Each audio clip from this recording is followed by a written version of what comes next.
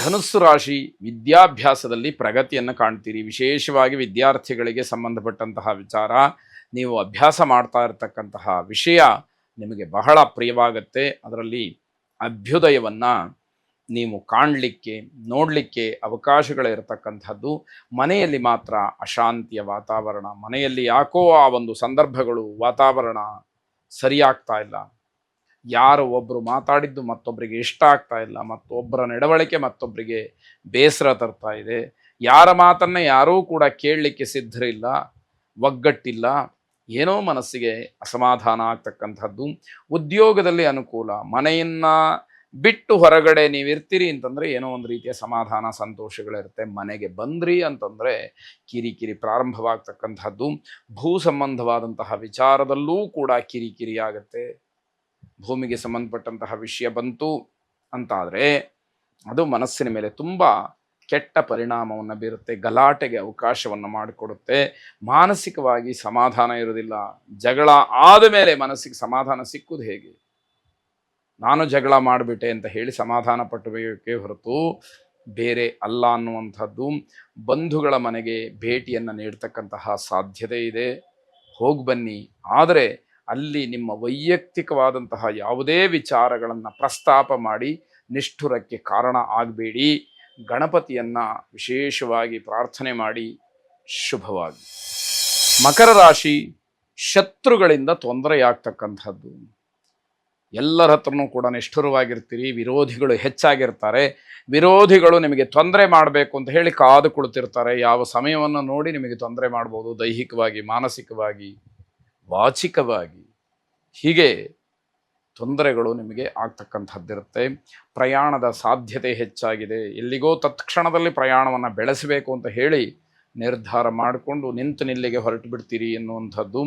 ಹಣ ಬಂದರೂ ಕೂಡ ಸಮಾಧಾನ ಇಲ್ಲ. ಕೈಗೆ ದುಡ್ಡು ಸೇರ್ತಾ ಇದೆ, ದುಡ್ಡು ಸಿಗ್ತಾ ಇದೆ, ಆದರೂ ಕೂಡ ಸಮಾಧಾನ ಇಲ್ಲ. ಉತ್ತಮವಾದಂತಹ ಕೆಲಸಕ್ಕೆ ಸಂಕಲ್ಪ ಮಾಡ್ತೀರಿ, ಆದರೆ ವಾತಾವರಣ ಚೆನ್ನಾಗಿರೋದಿಲ್ಲ. ನೀವು ಸಂಕಲ್ಪ ಮಾಡ್ತಕ್ಕಂತಹ ಸಮಯ ಚೆನ್ನಾಗಿರೋದಿಲ್ಲ. ಒಳ್ಳೆಯ ಕೆಲಸ ಏನೋ ಹೌದು, ಆದರೆ ಆ ಸಂಕಲ್ಪವನ್ನು ಮಾಡ್ತಕ್ಕಂತಹ ಸಮಯ ಅದು ಎಷ್ಟರ ಮಟ್ಟಿಗೆ ನಿಮಗೆ ಫಲವನ್ನು ಕೊಟ್ಟೀತು, ಎಷ್ಟರ ಮಟ್ಟಿಗೆ ಅದರಿಂದ ನಿಮಗೆ ಒಳ್ಳೆಯದಾದೀತು ಅನ್ನುವಂಥದ್ದು ಪ್ರಶ್ನೆಯಾಗುತ್ತೆ. ಉನ್ನತ ಸ್ಥಾನಮಾನ ದೊರೆಯಬಹುದು, ಆದರೆ ಇರತಕ್ಕಂತಹ ಎಲ್ಲ ಗೊಂದಲಗಳನ್ನು ದಾಟಿ ಮುಂದಕ್ಕೆ ಹೋಗಬೇಕು. ಅದು ಬಹಳ ಪ್ರಯಾಸದ ಕೆಲಸವಾಗುತ್ತೆ. ಹಲವಾರು ಜನರ ಟೀಕೆಗೆ ಒಳಗಾಗ್ತೀರಿ. ಜನಸಾಮಾನ್ಯರು ಕೂಡ ನಿಮ್ಮ ಬಗ್ಗೆ ಹಾಸ್ಯಾಸ್ಪದವಾಗಿ ಮಾತಾಡ್ತಾರೆ, ನಿಮ್ಮನ್ನು ಟೀಕೆ ಮಾಡ್ತಾರೆ, ಅಲ್ಲಗಳಿತಾರೆ, ಸ್ವಾರ್ಥಿ ಅಂತ ಹೇಳ್ತಾರೆ. ಹೀಗೆಲ್ಲ ನಾನಾ ರೀತಿಯಲ್ಲಿ ಮಾತನ್ನು ಕೇಳಬೇಕಾಗತ್ತೆ. ಲಕ್ಷ್ಮೀನಾರಾಯಣ ಹೃದಯ ಸ್ತೋತ್ರವನ್ನು ಪಾರಾಯಣ ಮಾಡಿ, ಇಲ್ಲ ಸ್ತೋತ್ರವನ್ನು ಶ್ರವಣ ಮಾಡಿ. ಶುಭವಾಗಿ. ಕುಂಭರಾಶಿ ಯಾವುದಾದ್ರೂ ಕೆಲಸಕ್ಕೆ ಹಿಂದೆ ಏನಾದರೂ ಸಾಲ ಮಾಡಿದ್ರೆ ಅದು ನಿಮಗೆ ತುಂಬ ಬಾಧೆಯನ್ನು ಕೊಡ್ತಕ್ಕಂತಹ ದಿವಸ ಇದಾಗುತ್ತೆ. ಸಾಲ ಬಾಧೆ ಬಹಳ ಕಷ್ಟ. ಅದಕ್ಕೆ ಹಿರಿಯವರು, ಅನುಭವಿಗಳು ಒಂದು ಮಾತು ಹೇಳ್ತಾರೆ, ಸಾಲವೋ ಶೂಲವೋ ಅಂತ. ಅಂದರೆ ಸಾಲವನ್ನು ಮಾಡಿದರೆ ಪ್ರತಿ ಕ್ಷಣವೂ ಕೂಡ ಯೋಚನೆ ಮಾಡಿ ಮಾಡಿ ಅದು ತೀರುವವರೆಗೂ ಮನಸ್ಸಿಗೆ ಹಿಂಸೆಯನ್ನು ಅನುಭವಿಸ್ತಾ ಇರಬೇಕಾಗತ್ತೆ. ಪ್ರಾಮಾಣಿಕವಾಗಿದ್ದವರು ಅನಾವಶ್ಯಕವಾದಂತಹ ವಿಚಾರಗಳಿಂದ ದೂರ ಉಳ್ಕೊಳ್ಬೇಕು. ನಿಮ್ಗೆ ಯಾವ ವಿಷಯ ಬೇಡವೋ ಆ ವಿಷಯದಿಂದ ದೂರ ಉಳ್ಕೊಂಡ್ಬಿಟ್ರೆ ಒಂದಷ್ಟು ಸಮಾಧಾನ ಸಿಕ್ಕುವಂಥದ್ದು.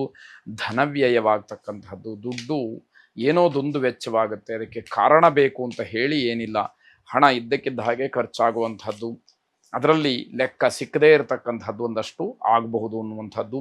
ವಿವಾಹ ಯೋಗಕ್ಕೆ ಭಂಗ ಬರತಕ್ಕಂಥದ್ದು. ಮನೆಯಲ್ಲೋ ಅಥವಾ ನಿಮ್ಮ ವೈಯಕ್ತಿಕವಾದಂತಹ ವಿಚಾರದಲ್ಲೋ ಮದುವೆಗೆ ಮುಂದಾಗಿದ್ದರೆ ಆ ವಿಷಯಕ್ಕೆ ಸಂಬಂಧಪಟ್ಟ ಹಾಗೆ ಬೇರೆ ಇನ್ನೇನೋ ಮಾಹಿತಿ ಬರುತ್ತೆ, ಇನ್ಯಾವುದೋ ವಿಚಾರ ಪ್ರಸ್ತಾಪಕ್ಕೆ ಬರುತ್ತೆ. ಮನೆಯಲ್ಲಿ ಒಬ್ಬೊಬ್ಬರು ಒಂದೊಂದು ರೀತಿಯಲ್ಲಿ ಮಾತಾಡ್ತಾರೆ, ಆ ವಿಷಯಕ್ಕೆ ಏನೋ ಅಡ್ಡಿಯಾಗತ್ತೆ. ವಿವಾಹ ಮಂಗಳ ಕಾರ್ಯಕ್ಕೆ ಭಂಗ ಆಗ್ತಕ್ಕಂಥದ್ದು, ಇದನ್ನ ನೋಡಬೇಕಾದಂಥದ್ದು. ವಿದ್ಯಾರ್ಥಿಗಳಿಗೆ ಸಂಕಷ್ಟ. ಸಮಯ ಇದ್ದಾಗ ಓದುವುದಿಲ್ಲ, ಓದನ್ನು ಹೊರತಾಗಿ ಬೇರೆ ಬೇರೆ ಚಟುವಟಿಕೆಗಳಲ್ಲಿ ತೊಡಗಿರ್ತೀರಿ. ಈಗ ಪರೀಕ್ಷೆಯ ಸಮಯವೋ ಅಥವಾ ಅಗತ್ಯವೋ ಬಂದಾಗ ನಾನು ಓದಿದ್ದು ಅರ್ಥ ಆಗ್ತಾ ಇಲ್ಲ ಅಂತಲೋ, ಓದೋದಕ್ಕೆ ಸಮಯ ಇಲ್ಲ ಅಂತಲೋ, ಸಮಯ ಸಾಕಾಗ್ತಾ ಇಲ್ಲ ಅಂತಲೋ ಸಬೂಬನ್ನು ಹೇಳ್ತಾ ಆ ವಿದ್ಯೆಗೆ ತೊಂದರೆಯನ್ನು ಮಾಡಿಕೊಳ್ತೀರಿ, ಕಷ್ಟವನ್ನು ಅನುಭವಿಸ್ತೀರಿ ಎನ್ನುವಂಥದ್ದು. ಅವಿವಾಹಿತರು ಸರಿಯಾದಂತಹ ನಿರ್ಧಾರವನ್ನು ಮಾಡಬೇಕು. ಮದುವೆ ಆಗಿಲ್ಲದೆ ಇರತಕ್ಕಂಥವ್ರು ಮದುವೆ ವಿಚಾರದಲ್ಲಿ ಸರಿಯಾಗಿ ನಿರ್ಧಾರ ಮಾಡಬೇಕು. ಮದುವೆಗೆ ಒಪ್ಪಿ ನಂತರದಲ್ಲಿ ಏನೋ ಮಾತನ್ನು ಆಡ್ತಕ್ಕಂಥದ್ದು ಸೂಕ್ತ ಅಲ್ಲ ಅನ್ನುವಂಥದ್ದು. ಗೋ ಸೇವೆಯನ್ನು, ಗೋ ಪ್ರಾರ್ಥನೆಯನ್ನು ಮಾಡಿ, ಸಮಸ್ತ ದೇವತೆಗಳು ಕೂಡ ಗೋವಿನಲ್ಲಿ ಸನ್ನಿಹಿತರಾಗಿರೋದ್ರಿಂದ ಗೋವಿನ ಅನುಗ್ರಹ, ಗೋವಿನ ಆಶೀರ್ವಾದ ನಿಮಗೆ ಸಿಕ್ತು ಅಂತಾದರೆ ಪಾಪ ಎಲ್ಲವನ್ನ ಕಳ್ಕೊಂಡು ಪುಣ್ಯ ಸಂಚಯವಾಗತ್ತೆ.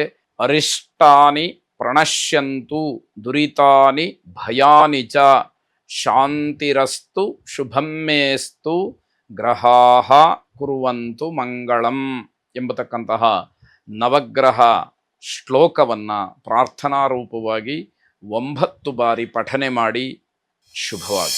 ಕೊನೆಯದಾಗಿ ಮೀನರಾಶಿ, ಎಲ್ಲೂ ಕೂಡ ಶಾಂತಿ ಇಲ್ಲ ಅನ್ನುವಂತಹ ರೀತಿಯಲ್ಲಿ ನಿಮಗಾಗತ್ತೆ. ಮನೆಯಲ್ಲೂ ಶಾಂತಿ ಇಲ್ಲ, ನೌಕರಿಯಲ್ಲೂ ಅಥವಾ ಉದ್ಯೋಗ ಸ್ಥಳದಲ್ಲೂ, ಹೊರಗಿನ ಪ್ರಪಂಚದಲ್ಲೂ, ವ್ಯವಹಾರದಲ್ಲೂ, ವಿದ್ಯಾರ್ಥಿ ಜೀವನದಲ್ಲೂ ನೆಮ್ಮದಿ ಇಲ್ಲ ಅನ್ನುವಂಥದ್ದು ಮನಸ್ಸಿಗೆ ಬರುತ್ತೆ. ಮನಸ್ಸಿನಲ್ಲಿ ಏನೋ ಒಂದು ರೀತಿಯ ಭಯದ ವಾತಾವರಣ, ಯಾರಾದರೂ ಏನಾದ್ರು ಮಾಡಿಬಿಟ್ರೆ ಅನ್ನುವಂಥದ್ದು. ಈ ಒಂದು ಅಪನಂಬಿಕೆಯಲ್ಲೇ ಬದುಕುವಂತಹ ವಾತಾವರಣ. ನಿಜವಾಗಿ ನಮಗೆ ನಂಬಿಕೆ ಇರಬೇಕು. ಇಡೀ ಪ್ರಪಂಚ, ಇಡೀ ಜಗತ್ತು ನಿಂತಿರುವಂತಹದ್ದು ನಂಬಿಕೆಯ ಮೇಲೆ, ನಂಬಿಕೆಯ ಆಧಾರದ ಮೇಲೆ. ಹಾಗಾಗಿ ಅಪನಂಬಿಕೆ ಕೆಲವು ವಿಚಾರಗಳಲ್ಲಿ ಬರುತ್ತೆ, ಇರುತ್ತೆ. ಆದರೆ ಜೀವನದಲ್ಲೇ ಪೂರ್ತಿ ಅದಾಗ್ಬಿಟ್ರೆ ಕಷ್ಟವಾಗುತ್ತೆ. ಶತ್ರುಗಳ ಕಾಟ ತಪ್ಪಿದ್ದಲ್ಲ. ಶತ್ರುಗಳಿಂದ ತಪ್ಪಿಸ್ಕೊಳ್ಳಿಕ್ಕೆ, ವಿರೋಧಿಗಳಿಂದ ತಪ್ಪಿಸ್ಕೊಳ್ಳಿಕ್ಕೆ ಕಷ್ಟ ಆದೀತು. ಕೆಲಸ ಕಾರ್ಯಗಳಲ್ಲಿ ನಿರೀಕ್ಷಿತವಾದಂತಹ ಜಯ ಸಿಕ್ಕತ್ತೆ, ಆದರೆ ಹೆದರಿಕೆ, ಏನಾಗುತ್ತೋ ಅನ್ನುವಂಥದ್ದು. ಒಳ್ಳೆಯದಾದರೂ ಹೆದರಿಕೆ, ಕೆಟ್ಟದಾದರೂ ಹೆದರಿಕೆ. ನಿಮ್ಮದೇ ಆದಂತಹ ಕೆಲವು ಸಂದರ್ಭಗಳನ್ನು, ವಸ್ತುಗಳನ್ನು, ಹಣವನ್ನು, ವಾಹನವನ್ನು ನೀವು ಉಪಯೋಗ ಮಾಡಿಕೊಳ್ಳಿಕ್ಕೆ ಹೆದರ್ತೀರಿ. ಅಂತಹ ಪರಿಸ್ಥಿತಿಯಲ್ಲಿರ್ತೀರಿ. ಸಮಾಜದಲ್ಲಿ ಗೌರವ ಸಿಕ್ಕತ್ತೆ. ಆ ಗೌರವವನ್ನು ಹಾಗೇ ಉಳಿಸ್ಕೊಳ್ತಕ್ಕಂತಹ ಪ್ರಯತ್ನಗಳಾಗಲಿ. ಹಣಕಾಸಿನ ವಿಚಾರದಲ್ಲಿ ಸಮಸ್ಯೆಯನ್ನು ಮಾಡಿಕೊಳ್ತೀರಿ, ಅದಾಗೋದಲ್ಲ, ನೀವು ಮಾಡಿಕೊಳ್ಳುವಂಥದ್ದು ಸ್ವಯಂಕೃತ ಅಪರಾಧ. ಅದನ್ನು ಏನು ಅಂತ ತಿಳಿದು ಸರಿಪಡಿಸ್ಕೊಳ್ತಕ್ಕಂಥದ್ದು ಒಳ್ಳೆಯದು. ನವಗ್ರಹರನ್ನು ಪ್ರಾರ್ಥನೆ ಮಾಡಿ, ನಮಸ್ಸೂರ್ಯಾಯ ಚಂದ್ರಾಯ ಮಂಗಲಾಯ ಬುಧಾಯ ಚ ಗುರು ಶುಕ್ರ ಶನಿಭ್ಯಶ್ಚ ರಾಹವೇ ಕೇತವೇ ನಮಃ ಎಂಬ ಶ್ಲೋಕ ಮಂತ್ರವನ್ನು 9 ಬಾರಿ ಹೇಳ್ಕೊಳ್ಳಿ. ಶುಭವಾಗಿ.